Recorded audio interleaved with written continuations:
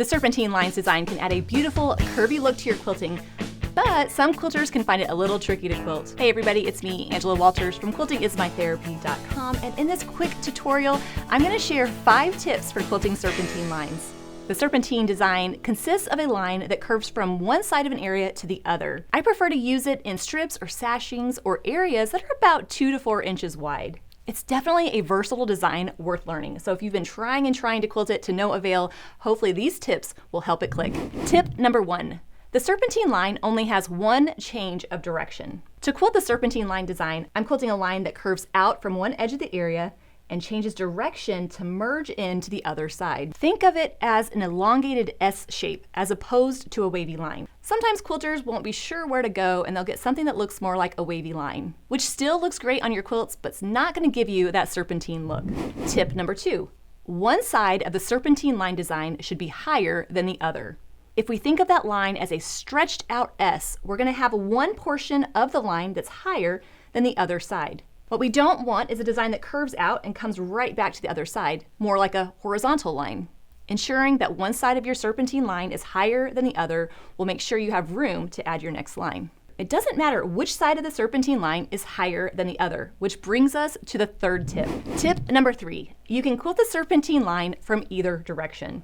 Being able to quilt the serpentine in 2 different directions is what allows us to use it in multiple blocks to create a motif kind of effect. For instance, this side, the left side of the serpentine line is higher than the other, as opposed to this side where the right side is higher than the other. It really doesn't matter which direction you quilt it, but knowing that it can come from either side might make it easier for you to quilt. Tip number 4, try to keep the spacing consistent between your serpentine lines. This is probably the one thing that a lot of quilters struggle with the most. When I'm quilting my first serpentine line, I'm going to quilt it so that it runs into the edge of the area. Then I'm going to travel along that edge just a bit and then echo that line back to the other side. Traveling and echoing. It's a traveling along the sides of the area that allows it to progress. So if I'm wanting my lines to be about 1/4 inch apart, I'll travel along the edge about 1/4 inch. If I want them further apart, I'll travel further along. I prefer using about 1/4 inch spacing because I can run the edge of my quilting foot along that previously quilted line, but it truly is up to you. Getting consistent spacing will just come with practice.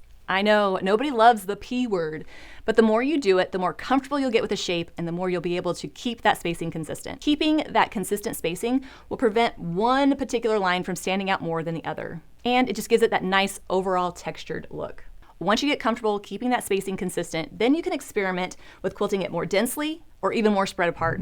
Tip number 5, visualize a similar shape. Now this one is a little bit abstract, but if you can take that serpentine line and imagine what it looks like to you, that will help you replicate that shape over and over again. For instance, when I tried to learn how to do the serpentine line design, I really struggled with it just like most quilters do, until I started to imagine that it looked like the side of a fern. Once I thought of that ferny kind of shape, it just kind of clicked and was much easier to quilt. Some quilters have said that it looks like ferns, maybe that stretched out S example I used earlier, or in a different kind of example, some quilters have said it almost looks like penguins walking down the strip. Whatever it is that you can visualize, do that because it will help your brain know how to form that shape. Hopefully, keeping these 5 tips in mind when quilting will help you create serpentine lines that you're thrilled with. If you want even more in-depth instruction on how to quilt the serpentine lines, check out my free video series, Echoes and Curves. In that free video series, I show you how to quilt the serpentine line as well as how to use it on other areas of your quilt. I demonstrate how to quilt it on a sewing machine and a long arm, and I put together free quilting diagrams so that you can trace over the design. So you can find that on my YouTube channel or click the link in the description box below. Well, I'll be back soon with another video tutorial. Until then, everybody, happy quilting.